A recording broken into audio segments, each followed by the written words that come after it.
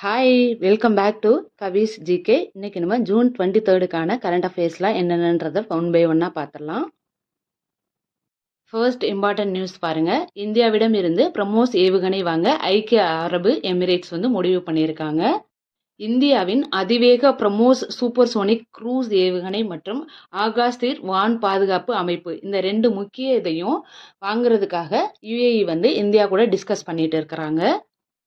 இந்த நியூஸில் நம்மளுக்கு எக்ஸாம் ரிலேட்டடாக நம்ம என்ன தெரிஞ்சுக்கணும் அப்படின்னா என்னென்னா, இந்த சூப்பர்சோனிக் க்ரூஸ் ஏவுகணை இருக்கு இல்லையா பிரமோஸ், அதை பற்றியும் ஆகாஷ்தீர் வான் பாதுகாப்பு அமைப்பு இது ரெண்டு பற்றியுமே நம்ம தெரிஞ்சுக்கணும். இப்போ யுஏஇ ஏன் இந்த பிரமோஸ் ஏவுகணையை வாங்குறாங்க அப்படின்னா, மத்திய கிழக்கு நாடுகளில் இப்போ நிறைய பாதுகாப்பு சவால்கள் நடந்துட்டு இருக்கு. அதுக்காகவும் அவங்க நாட்டை பாதுகாக்கிறதுக்காகவும் அவங்களோட டிஃபென்ஸ் செக்டாரை பலப்படுத்துறதுக்காகவும் இந்தியாவோட இந்த ஆலோசனையை மேற்கொண்டிருக்காங்க. இப்போ பிரமோஸ் ஏவுகணை அப்படின்னா என்னன்னு சொல்லிட்டு பார்த்துடலாம். இந்தியாவும் ரஷ்யாவும் சேர்ந்து உருவாக்குனதான் இந்த பிரமோஸ் ஏவுகணை. இது உலகத்திலேயே அதிவேகமாக இயங்குற சூப்பர்சோனிக் க்ரூஸ் ஏவுகணையில் ஒன்றா கருதப்படுது. இந்த பிரமோஸ் ஏவுகணை தரை, கடல் மற்றும் வான் தளங்கள்ல இருந்து எதிரிகளோட இலக்கை துல்லியமாக தாக்கும் வல்லமை கொண்டதான் இந்த பிரமோஸ் ஏவுகணை. ஆகாஷ்தீர் வான் பாதுகாப்பு அமைப்பு அப்படின்னா என்னன்னா, பெல் இருக்கு இல்லையா, அதாவது பாரத் எலக்ட்ரானிக்ஸ் மற்றும் இந்திய ராணுவத்தால முழுமையா உள்நாட்டிலே உருவாக்கப்பட்ட ஒரு தானியங்கி வான் பாதுகாப்பு கட்டுப்பாட்டு அமைப்பு தான் எதுனா ஆகாஷ்தீர் வான் பாதுகாப்பு அமைப்பு. இந்த ஆகாஷ்தீர் வான் பாதுகாப்பு அமைப்பு எதிரி நாடுகளின் ஏவுகணைகள், போர் விமானங்கள், ட்ரோன் எனும் ஆளில்லா விமானங்களை ரேடார் வழியா ஃபைண்ட் அவுட் பண்ணி தானாவே சுட்டு வீழ்த்தும் ஒரு திறன் கொண்டது தான் இந்த ஆகாஷ்தீர் வான் பாதுகாப்பு அமைப்பு என்பது. நெக்ஸ்ட் இம்பார்ட்டன்ட் நியூஸ் என்னன்னா, கால்தியா துறைமுகம் இருக்கு இல்லையா மேற்கு வங்காளத்தில், அதை குடிவரவு சாவடியாக அறிவிச்சிருக்காங்க. மத்திய உள்துறை அமைச்சகம் மேற்கு வங்காளத்தில் இருக்க கால்தியா துறைமுகத்தை அதிகாரப்பூர்வமாக ஒரு குடிவரவு சாவடியாக அறிவிச்சிருக்காங்க. இந்த அறிவிப்புக்கு அப்புறமா இந்தியாவில் அங்கீகரிக்கப்பட்ட கடல்சார் குடிவரவு சாவடிகளோட பட்டியலில் கால்தியா துறைமுகம் 41வது இடத்தை பிடிச்சிருக்கு அப்படின்னு சொல்லிட்டு தெரிஞ்சிருக்கணும். 41வது இடம் எது அப்படின்னா மேற்கு வங்காளத்தில் இருக்க கால்தியா துறைமுகம். ஓகே, இப்போ குடிவரவு சாவடி அப்படின்னா என்னன்னு பார்த்தலாம். ஒரு நாட்டுக்குள்ளே நம்ம நுழையிறதா இருந்தாலும் சரி, அந்த நாட்டை விட்டு வெளியேறதா இருந்தாலும் சரி, அந்த பயணிகள் இருக்காங்கல்ல அவங்களோட கடவுச்சீட்டு, பாஸ்போர்ட், விசா இதெல்லாம் இருக்கு இல்லையா, அந்த மாதிரி பயண ஆவணங்களை சரிபார்த்து அனுமதிக்கிற ஒரு அதிகாரப்பூர்வமான ஒரு இடம் தான் எதுனா குடிவரவு சாவடி அப்படின்னு சொல்லிட்டு சொல்கிறோம். நெக்ஸ்ட் இம்பார்ட்டன்ட் நியூஸ் என்னன்னா, இந்தோரி மால்வி உருளைக்கிழங்குக்கு புவியியல் குறியீடு வழங்கியிருக்காங்க. ஜிஐ டேக்ஸ் சொல்லுவாங்கல்ல, ஜாகிரபிக்கல் இண்டிகேஷன் டேக், அது வழங்கியிருக்காங்க. மத்திய பிரதேச மாநிலத்தில் இருக்க இந்தோரி மால்வி உருளைக்கிழங்குக்கு புவியியல் குறியீடு வழங்கப்பட்டுள்ளது. இதில் எப்படி மற்ற உருளைக்கிழங்கோட இது என்ன டிஃப்ரென்ஷியேட் ஆகுது அப்படின்னா, இதில் இருக்க சர்க்கரை மற்றும் ஸ்டார்ச்சோட அளவு மிக குறைவாகவே இருக்கு அப்படின்னு சொல்லிட்டு சொல்லியிருக்காங்க. இதை ஃப்ரை பண்ணுறப்பவோ இல்லை சமைக்கிறப்பவோ அது கலர் மாறாமல் அப்படியே இருக்கிறதா அதோட சிறப்பு அம்சமாக இருக்குது. ஓகே, இப்போ ஜிஐ டேக்னா என்னன்னு சொல்லிட்டு பார்த்தலாம். ஒரு குறிப்பிட்ட புவியியல் இடத்துல தனித்தன்மை ஸ்பெஷலாக இருக்கிறது, அந்த மாதிரி இடங்கள்ல பாரம்பரியமிக்க பொருட்களுக்கு வழங்கப்படுற அதிகாரப்பூர்வமான ஒரு அங்கீகாரத்தை தான் என்னன்னு சொல்லிட்டு சொல்றாங்கன்னா புவியியல் குறியீடு அப்படின்னு சொல்லிட்டு சொல்றோம். நெக்ஸ்ட் இன்னைக்கான இம்பார்ட்டன்ட் டே என்னன்னு சொல்லிட்டு பார்த்தலாம். ஜூன் 23 அன்னைக்கு வேர்ல்டு ஃபுல்லாகவே சர்வதேச ஒலிம்பிக் டே கொண்டாடுறாங்க. விளையாட்டு, ஆரோக்கியம், உலக ஒற்றுமையை மேம்படுத்துறதா இந்த நாளோட முக்கிய நோக்கமாக இருக்குது. இந்த சர்வதேச ஒலிம்பிக் நாள் 3 முக்கிய தூண்களை அடிப்படையாக கொண்டதா இருக்கு. இயங்கு, கற்றுக்கொள், கண்டறி, இது 3 அடிப்படை கொள்கைகளையும் கொண்டதுதான் இந்த சர்வதேச ஒலிம்பிக் தினம் அப்படின்றது. இப்ப 2026 2026க்கான மைய கருத்து என்ன அப்படின்னா, நீங்கள் இதை செய்யலாம், நகர்வோம் அப்படின்றதுதான் இதோட மைய கருத்தா இருக்குது.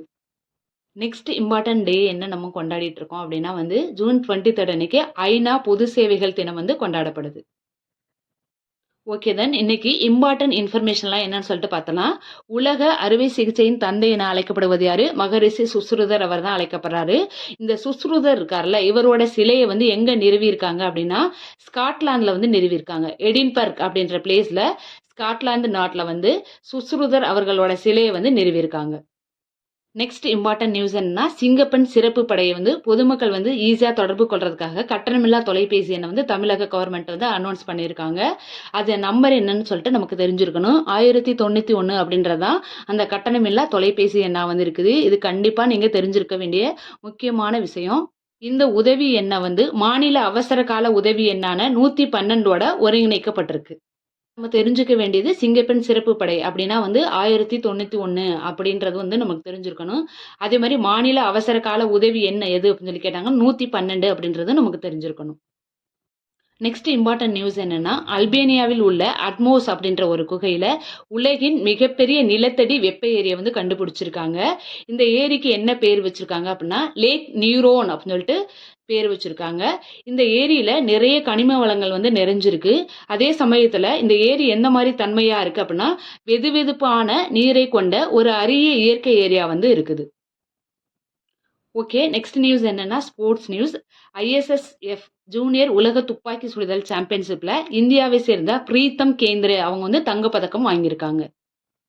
ஓகே. இன்னைக்கு நியூஸ்ல எது எதெல்லாம் தேர்வுக்கு முக்கியமானதோ அதெல்லாம் ஒரு கிளான்ஸ் பார்த்தரலாம். பிரம்மோஸ் ஏவுகணை வந்து இந்தியாவும், ரஷ்யாவும் சேர்ந்து உருவாக்குனது. கால்தியா துறைமுகத்த வந்து இந்தியாவோட 41வது கடல்சார் குடிவரவு சாவடியா வந்து அறிவிச்சிருக்காங்க.